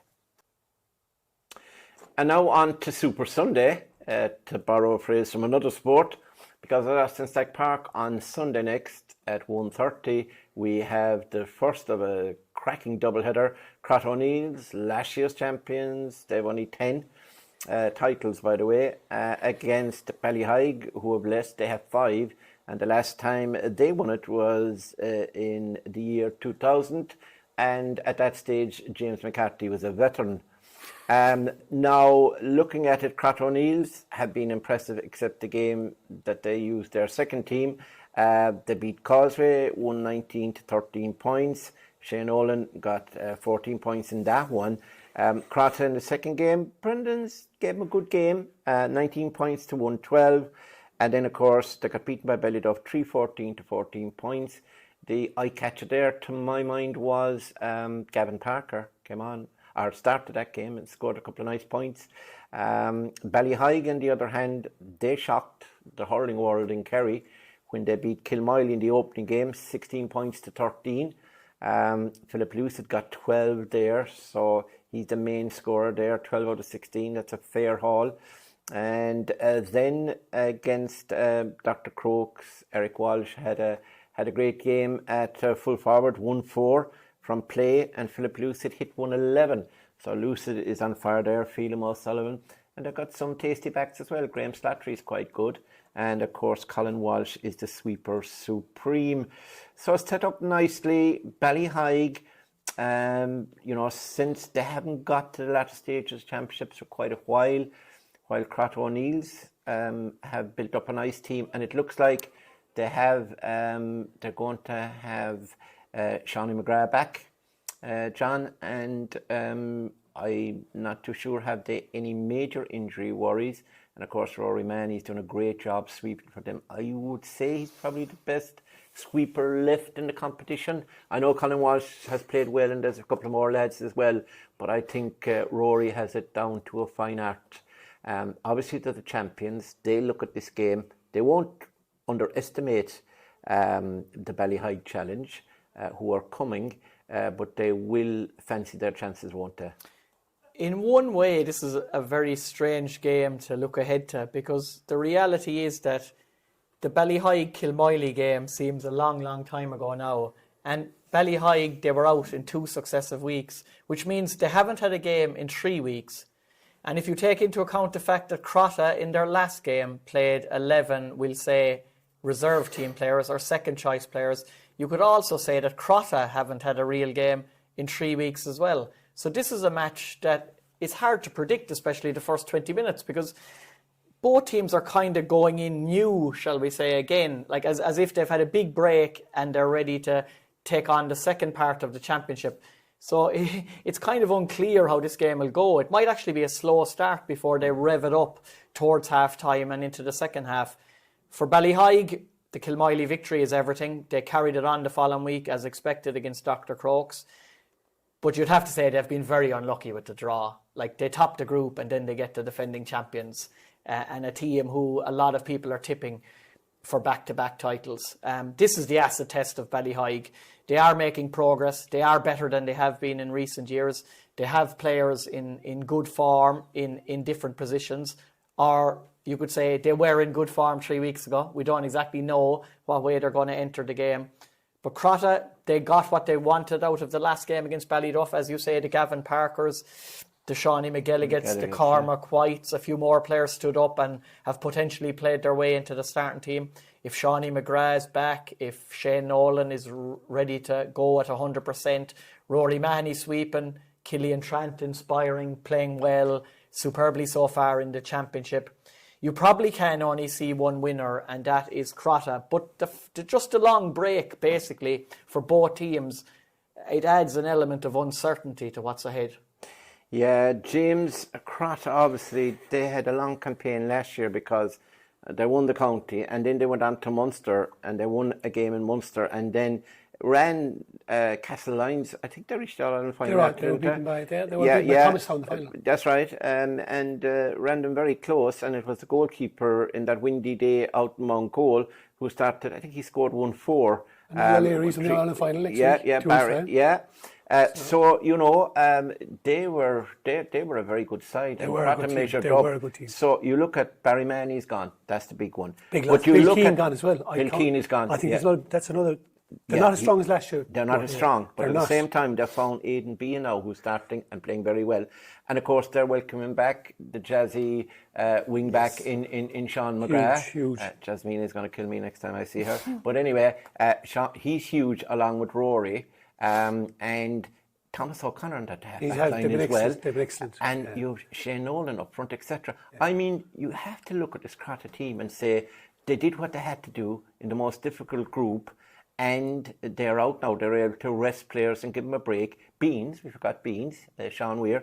So, are we suggesting that Ballyheigue kind of first year, now that they've really got going, and they are in an upward curve, and like Shamie Foran, Derek Carney, Eric Walsh, their best days are ahead of them. Are we suggesting that they can take out the county champions? At this stage, probably not. And I know Crotta aren't as strong. Ballyheigue, I don't think they've enough at the minute. I just don't see they will have to really. Where do you think they are deficient, as we want to say that? Look at it. Right now. I don't like the position of some of the players. I don't like Michael Lean at wing forward. I think he's one of the best sixes around. To rival Evan Murphy, I think he's that good. At six, he's the best number 14 in the. No, country. I think he's fooled himself. That's it. Michael Lean is a brilliant centre back. I put forward James McCarthy for the Kerry management job, please? I've seen Michael Lean play against us, Kilmoyley, a few times as centre back, dominating figure, an Evan Murphy type of figure. Yeah. Yes. You see the whole game when Evan plays for Causeway centre back, how the team develops around him. He's just controlling that thing. All of a sudden, you're on the front foot. Yes. You're on the front foot straight away. Colin, yes, can do a sweeping role. Who's your six then? Where's your six? Where's your six actually playing? A proper six, as I call a six. Yeah. Where is it? Michael Lean is that man. Then you release Colin to do the damage around the middle of the field. And maybe do the damage inside, where Crotta have lost Bill Keane and Beans has had to fill in there. Excellent, now very well. Yeah. But Beans is getting on at full back. Beans is getting old. Beans is old. Let's not say he's getting old. Beans knows he's old. Beans played last year. Since Beans became a father, he's got a new lease of life, he told me. He's been last year. He's up all night with the baby. Brilliant this year. Yeah. In fact, he has got a new lease of life. He had a different role. Up front, I thought he was better last year. Like the headache last year. He was. Because what they did with the down against our front. Push them onto the sweeper, and causing headaches. He's going to be like you Beans back full back. I don't like Beans at full back. I'd rather him when he was last year. He caused us massive problems up front last year in centre forward and wing forward. He was unbelievable. And Shane Conway and Jordan as well. They're going to be. I'd rather them up there. But I think if Ballyheigue are going to get at Crotta and have a real go at them and have a chance of beating them if they are, they need to attack the full back line. They really need to attack it in there. But then the full back line is so well guarded by Rory. How do you get at that? And the best player of the championship so far, Killian Trent, is everywhere. Yeah. Everywhere. Definitely. He's the best player of the championship so far, without doubt. Himself and Evan Murphy, I think, are the two best players in the championship so far. He's just so influential. He goes up and down the field. And he's given a virtual free role to Rory because he can play in half back when the puck out is there. Then if Crotta have a puck out, he's gone to get under it. He plays nearly a two-way player. He's a defender and an attacker. Unbelievable. Might be no bad thing though if Mike Lean is wing forward on maybe. Yeah, but Killian would probably move up to 10 for puck outs, etc. He does. He does. Go with him then, Christ, I think you're saying, are you trying to kill Michael Lean? And there's not many athletes like Killian Trent around. Yeah. Michael Lean is put him at 6 and then he's under the ball. Yeah. Now Killian Trent be up and down the field. If I'm winning ball off you, maybe. I just don't like the setup in that a little bit. I'd rather, but they have to have Derek Carney on Jordan Conway and they have to maybe Shamie Foran on Shane Nolan. Is he too young? Is he too green then? Don't know. Yeah. They have to put two man markers in there. Their best two markers have to be on those two lads and try and eliminate that problem straight away because if they get on top of you, Ballyheigue have no chance. But what about Shane Nolan? Who's Shane Nolan? Who in the Ballyheigue setup? Derek Carney is the full back. Shamie Foran is on one side, and Graham Slattery, who I've been very impressed with, Aidan, is on the other side. There's no standout. Whereas you look at every other team has that one marker. Yeah. Experienced back who the likes of now Colin Walsh will be for Abbeydorney, floor for Kilmoyley, you could say. Like there's you have the guy, like I remember Abbeydorney used to put Aidan Healy on Shane Nolan legs, like there was experience. Great operator, great operator.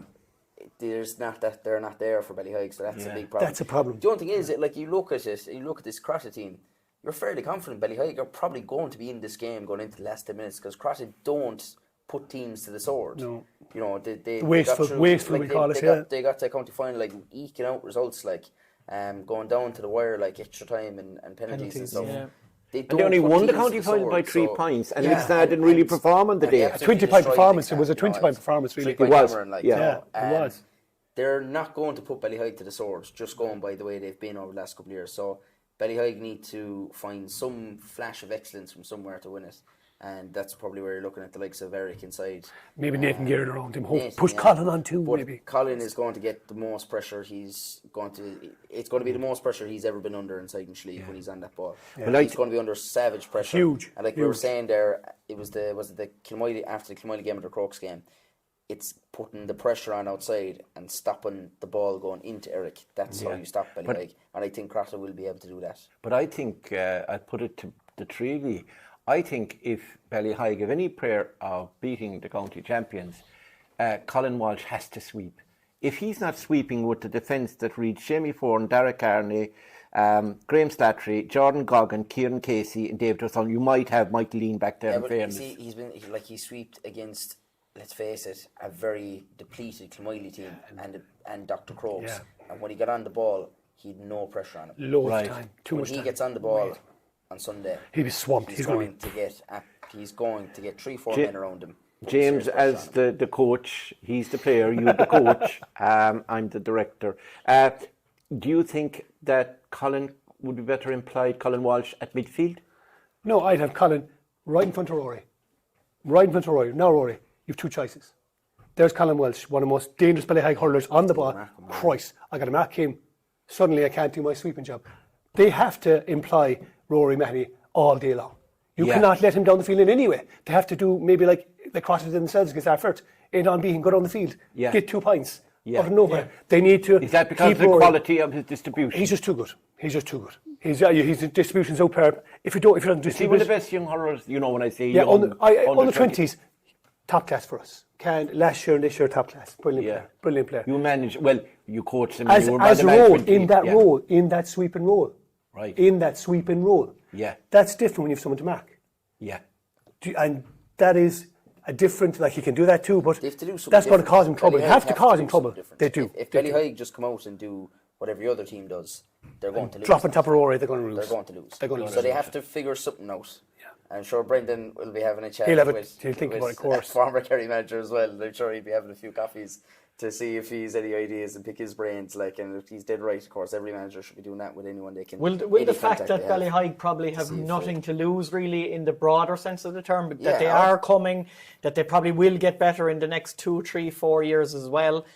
Do you think they would be brave enough to do that and engage Rory Mahoney with Maybe they could. Maybe not even Colin. Phelan. Put Phelan in there. Phelan's a great striker. Yeah. If Phelan gets on ball, he's like his dad, Brendan 40, 50 yards out, Phelan will ping that ball over the bar. He will. If they could fail him, even anyone, I think you have to imply Rory with someone, with a hurler, not a big man, a hurler. Yeah. And Gaynor is a worker, isn't he? It's alcoholic. Oh, he is. It is. Free hit, it is. He is. Well, I would be suggesting that, obviously, my team, as I live near Crotta, my team is Crotta O'Neill's, so I will be putting Crotta forward. My second team, by the way, is Abbeydorney. But you couldn't call me... We're down the line, we're about 7, I'd say. You wouldn't call me a glory hunter, would you, to move to that parish? Because one of them won a title for 50 years and the other won it last year for the first time for 55 years, or whatever it was. So anyway, I would think, I would have to say at this stage of their development that Ballyheigue won't be a match for Crotta on Sunday, so I'm giving my verdict to Crotta. John? Yeah, I'd agree with Crotta to get the win in the end, but Ballyheigue will give them a good battle first. James? Crotta win, and if Ballyheigue don't start to get into the game, they could be destroyed. They've got to be very careful. They've got to be so careful. Right, you say that with sincerity. Yeah, they've got to be so careful. Because you were looking for a house change to Ballyheigue recently. They've got to be so careful. Aidan? Crotta. Crotta O'Neill's the great enemy up the road, and he sides with them. That's okay. With friends like that, who needs enemies? So now that's our first game on Sunday. Crotta fancied by the panel. to beat Ballyheigue after a cracking contest. And let's wish both teams the best of luck. Now for the big match of the day. I was going to say the televised match of the day, but all of them are being streamed, all 4 games over the weekend, and you can get your pass for that game and indeed for the weekend's games if you log on to clubber.ie. And of course, you can also purchase tickets to attend the game, and you'll find that on the Kerry GA website. They've got the link there to buy your ticket. You must have a ticket, but we're not supposed to say this. If you don't have a ticket, they'll also take cash. Croke Park, nobody is supposed to know that. But nobody's watching. It's okay. Nobody's watching. I'm just telling you a secret. But it's better to have online and get your ticket because the place could be full. So the big game, of course, on Sunday is Kilmoyley, who last won the championship in 2021. How many years ago is that, James? They had 26, they're on top of the list, and they're playing Causeway 9, and they were the 2022 champions. John Moyler versus Stephen Goggin, 2 quiet and reserved individuals, and it should be a classic contest. Now, we know Kilmoyley, for a variety of reasons, they've had injuries. They also have had the sad passing of John Paul O'Mahony. They lost to Ballyheigue and they beat Crokes, and that's where James McCarthy decided to change sides and ended up doing previews on Radio Kerry, having collaborated with Ivan Hurley. In a standing Killarney, we spotted. We didn't know what was going on, but it's now revealed to us. So I'd like to reveal it to the general public. The loyalty of James McCarthy, and then Causeway lost to Crotta. They also lost to Ballyduff, and they beat St. Brendan's, but they had a lot of players out. They lost Gavin Dooley. They obviously are missing Jason Dickens, whose grandfather, Paddy Walsh, that John was talking to yesterday. Abbeydorney, and he won 4 medals then with Causeway, and he's got Joseph playing with Causeway, his grandson, and his midfield partner Sean Sheehan, which I didn't know. Nobody told me that he's also his grandson, so they're 2 cousins at midfield there for Causeway. But really, Causeway have been about Dan Goggin. For a lot of you, Brandon Barrett has come back in. He's been outstanding. And the defence, Tommy Casey, Evan Murphy, they've been outstanding. And now is it Jerry's first name? The Kerry. What's his first name? Gary. To the G, sure, just close. Gary Kerry into full back, whether he'll be there now or not the next day. And Kilmoyley, of course, they've been hit with injuries. We'll go to James about this first. Daniel Collins, I think, has a groin injury. Will Mossy O'Connor be fit? Will he be fit to start? Will he be sprung from the bench? The man in the know, but he can't tell any state secrets. The one thing I do know is that James Godley does, I think it's his collarbone, AC, whatever, joint, and he's out. In fact, I'd say if they were to go all the way, he's out for the championship. Yeah, he could be, probably he's too far. I don't think he'll be back. No, there still could be. Hopefully our journey continues. Yes. But as I say, I don't think for Sunday. I don't think so. No. So what's the injury situation as you understand it? And as I said, we don't need any. It's out there. What's the story? Yeah. Do you think Daniel will be okay? Daniel will play in some capacity. Maybe not 100%, but he'll definitely play. Mossy hasn't done anything for us yet. Yeah. So it could be not saying anything, but his brother Paddy, right, in 2015 came back for a cruciate ligament injury. And his first game was county final over in Abbeydorney against Arford, and we won that match, and he was superb. So the Connors have no problem with layoff injuries, so there's no problem there. You win a lot in Abbeydorney, don't you? They're generous people over there. Yeah. They don't mind, but I'd have no problem with Mossy coming back in. The leg should hold up, hopefully, for him. He's been doing a few runs. It's just when you get that push on in a match, and that bit of pressure comes on you. Yeah.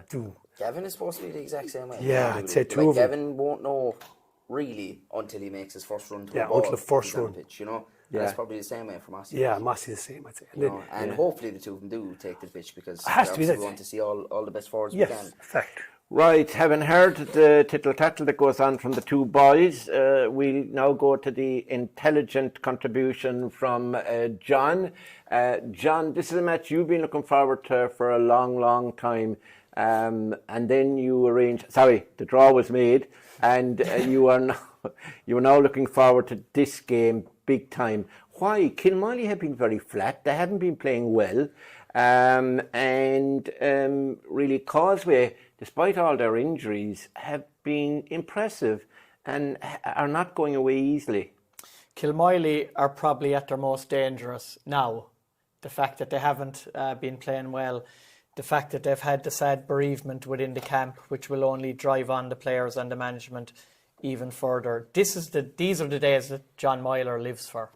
He's not involved with Kilmoyley for your county leagues or your North Kerry League matches. He's involved for days like Sunday, and especially days against Causeway. Kilmoyley are a dangerous, dangerous animal. That's why nobody in the draw wanted them. People didn't care about their current form or their injuries or what's going on in their camp. They just look at Kilmoyley and they see 26-time Kerry County Hurling champions, and that just commands respect immediately. Causeway, I suppose, are maybe the one team that look at Kilmoyley and they'll always look at it as a 50-50 battle and a game that it's easy for Causeway to get up for as well. Yes, the last two games, and I suppose Causeway didn't do too badly in their first two games that they actually lost, but their two games since then have added to their self-belief, their morale, everything going into it.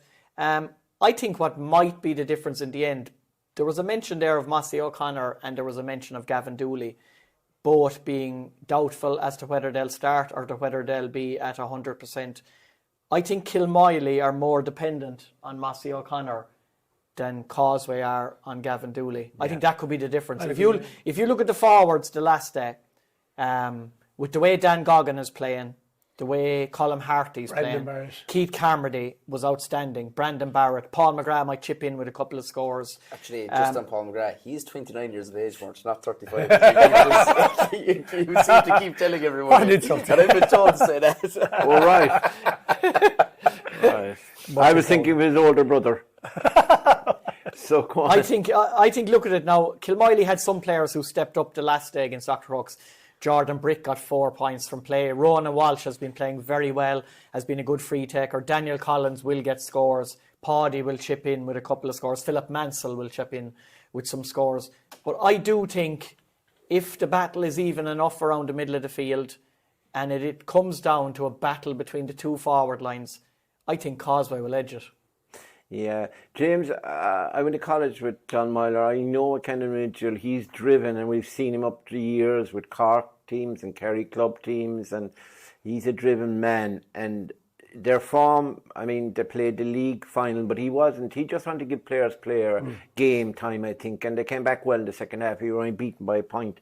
My worry, and you can put me straight in this, is the structure, and you're a good man for talking about structure of a team. The structure at the moment, if you were to ask me to name the 15 that and how they'd line out for Kilmoyley, I'd probably get 6 or 7 right. They haven't settled on a 15, and you'd like to see that going into quarter-final. While on the other hand, Causeway have a fair idea now what their best 15. You could name 13 or 14, I might say. So what can Kilmoyley do? Can they just produce? Now, they've been playing a couple of challenge games. That's not a secret. It was last week. It was a secret last week. It's not a secret now. But yeah, so they have a chance to get it together. And we could have a man who probably took part in the Spanish Inquisition, maybe making a comeback after a good number of years, but we'll say nothing about that. Could we see a different defensive formation and a different forward formation? Obviously, a different Kilmoyley, hopefully. What I'm hoping for that is form is temporary and class is permanent. I'm hoping for that. Yeah. Because you're talking about Abbeydorney there. How temporary is 20 or 30 years? 50 years is not temporary. No, 26 titles is not temporary. Yeah. We have, looking at it, we've not performed yet. Yeah. But when you play Causeway and when Causeway play Kilmoyley, that's a whole different kettle of fish. Is the it whole kind of like fixture. Is it kind of like Man City, Man United, Liverpool, Everton? It is. It is Probably like lacks it's the most local Celtic derby. Rangers. It lacks the religious thing there. It is. Does it? It One is. of the great rivalries. It is a great rivalry. Yeah, brilliant. Absolutely. Don't They like go at each other. Straight up They go don't at like each other. when they're on They the go pitch, at each other on the field. It really is. And you know, we bring the best out of each other. We really Is there a do. border patrol there somewhere? There's a bridge, some kind of a bridge, but don't worry about it. We know that We James don't is go very near the loose bridge. with It's fine. borders. It's fine. Is he close to the border? No miles away. I'm miles away. No, he's miles away. But I'm go miles by his, away. Are you near the duck pond? Yes, very close. All right, yeah. Because there's a duck there that keeps calling your name. Go on. Mac. Yeah, Mac. But I think it's going to be a case of what do we come with? Because I know what Causeway have. As I said, I've nearly been a supporter of theirs, watching all their matches. I've been very, very impressed with them. From the very start, you've been it's just, talking up Causeway. You can lose a lot of players. Like if we lost Jason Higgins and Mirish Delaney, lose our football, that'd be like us losing Collins and Paddy, and we said, Jesus Christ, how do we get back from that? But I've been really so impressed with how they've gathered and circled the wagons virtually. Yeah. And Stephen Goggin has been central to that as well, and his lads and all the lads around him have been central to that. His backroom team as well. But we really have to come with a force and get something out of our year. Jesus Christ, we've been absolutely terrible. We've been absolutely woeful. Structurally, everything about it. I'm sick to my teeth of looking at them at the minute. I want to see the real Kilmoyley, the Kilmoyley I know, come out on Sunday and perform. And what they say, boo, I'll get off the pot. Come on, do it. Yeah. Really has to be. Really. It's the right matchup. Oh, it has to be. That surely This is the one. It has to be. So Has to it's be. No really excuses. in that sense. Do you No think excuses. Tom Moran, I mean, he's kind of the Mikey Boyle of Kilmoyley. I always look at him as an inspirational figure, whether he's at the back or where he is. He's always, Kilmoyley is, his blood isn't red, it's Kilmoyley, whatever colour he Green and yellow. Green and yellow, yeah. But he's not yellow anyway, I guarantee you that. No, it's stripy. We've been called stripes. Listen, hang on a second. He'll meet me sometime and he'll see my blood. Yeah, and he'll show me what colour blood it's. So stop. I got into trouble with Tom once before, and I don't want to be in trouble again. But do you think that Tom, his experience coming back? He's not 29. He's probably 30 odd. He's over 36. 35, 36. 35, 36. Yeah. So that's where I got mixed up with Paul McGrath, and that's my excuse. And I'm sticking with him. But I think he has a role to play. Do you? I think he has to have a role to play. He's like I say, Nolan. He has to be marked. You can't leave Tom wherever Tom goes. If he goes in corner forward, Jesus Christ, we better have someone over there fast. Like you're talking, who they have. Tommy Barrett might have to go over. Yeah, because you're not Gary Kerry maybe too raw, too young. Gary's only new to the game. He's inside full forward. Hang on a minute. Gary's been well in his last two games, but this is a different animal altogether. So do we target these things, Kilmoyley? Maybe we do. Maybe we don't. Phil, maybe. That's it. Like you kind of teams. I think both teams. Maybe Causeway will pick their matchups. Yeah. They'll pick their poison, as they say, really. And you have to on Sunday. I think both teams have to do that. There's forwards on that Causeway team. We really have to. Fleur, you're marking Dan Goggin. That's it. Or maybe Fleur, you're marking Brandon Barrett. Or best man markers, Donal Kennedy, you're marking Brandon or you're marking Dan. That's it. That's you. You've no choice. You just have to. That's it. Don't be looking around for any other ways out of it. You're marking those boys for the day. And who will Sean mark? Right, Aidan, Causeway, we spoke to James about Kilmoyley, and John has kind of set the scene. So to wind up this game for us, Causeway, you'd have to be impressed with them. Yeah, I think that's it. It's they've earned everyone's respect with the way they've just dealt with all the blows they've taken in terms of injuries and everything. They've got on with it. They've had 2 defeats in what were very good performances, and then they went out and blew our fort away, which was like reward really for the kind of the suffering they went through in those first couple of weeks. Yeah. But I think they've earned everyone's respect, for the way that they've just carried on and keep going, and the way they're playing, the way they battle and fight on the pitch, is really impressive. They're a really tough team to get, although like that, I know they didn't have a very difficult game against Crokes. It is their 5th week in a row out. So that might start to draw on them as well, especially with the limited squad. If they can get Gavin back, that huge asset, if they can get 10 minutes out of him, most likely it's the best thing to do, kind of start to fella like that, really, because at least Anthony Feely too, maybe. Anthony Feely for different time as well. So any boost at all. Yeah. But it's the respect they've earned, just the way they've kept on battling, and it'll be a great battle because they're serious one game. all really, aren't serious they, game. over the Yeah, last couple of it years is. in It big games, is. so, Yeah. Serious game. So I would think, Aidan, I mean, you're a man who has in the past had a propensity to suggest draw. I think it's a draw. Marked all over. Penalty shoot. Honestly, Penalty shootout. Yeah, penalty shootout. Who do you think is going to win it? JMD winning penalty. Top corner. Listen, oh God, yeah, he could. So cause Saves one first, then scores the winner. Scores. yeah. World Cup. Like the Euros, like watching England in the I Euros. think honestly, it could very well. It's that Extra close. time is definitely very likely. It's that close. And it could go to penalties. Yeah, to go to penalties. Yeah. And and it's very hard to call, but I don't see a blowout in any direction. No, way. I actually who's going to get through? I'm going to say Causeway. You're obviously going to say Kilmoyley. You can't say anything else, to be fair. Of course. I mean, you've Kilmoyley blood running through you. Definitely. And enjoy get your season back on track. Yeah. Get your ducks in a row. Get out there. If we win this, if we win this, I'm telling you, we'll be very, very close. Very hard to beat. Yeah, guaranteed. The winner could come out of this. Yeah, really pumping, really could be. Most dangerous team will come out of that game. No, the Crotta Ballyheigue one will produce the winner. Now, who do you think is going to win it? It's basically the toss of a coin. Yeah, it is the match that will capture the imagination the most, and it is the match that is probably the hardest to call. But I'll just go back to what I said earlier. I don't know if Kilmoyley this year can just turn it on and off. That they haven't been producing, and that they suddenly will produce a monster performance. They will be better, most certainly, than they have been up to now. But I just think Causeway have that little edge up front that can prove to be the difference with someone like Keith Carmody possibly being the match winner. Yeah, well, my opinion on this is that Stephen Goggin has said to me, do not under any circumstance,